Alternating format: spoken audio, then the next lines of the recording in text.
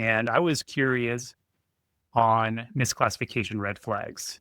I understand that when you're signing a new client and you're going through their books, I'm wondering how many times do you see contractor payments and pause to yourself and ask, should this really be a W-2 employee? Does that ever come up in your mind? Can I say 99.99% of the time I see something Yes. and I'm like, "Oh my gosh, this doesn't look right." And they always seem to have just they're so obvious, like I see the same person being paid the same amount every week or every month or um just stuff that just like sticks out at you or like that doesn't pass the smell test. And I'd say that's a big part of our initial conversation is, "Hey, did you know this?" And sometimes people are receptive and sometimes not. I can imagine it's for business owners, whether it's a small business or an enterprise wide business.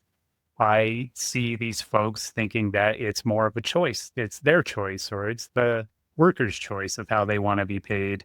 Is that the kind of conversations they have with you? Yeah, I have seen I've heard people say things like, "This person wants to be paid as a contractor."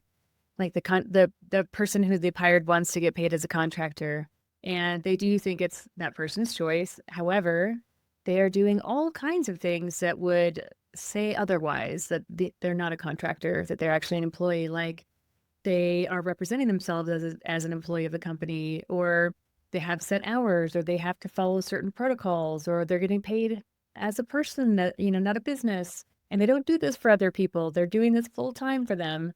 And I I know it's because I won't say I know. I can't be in everybody's mind, but it's likely because the contractor, the person who wants to be a contractor, thinks that there's some kind of tax advantage or they can get out of paying payroll taxes or something like that. And then they get a big surprise at the end of the year when they realize, "Oh my gosh, I haven't set anything aside for my end of year taxes and now I'm in big time trouble."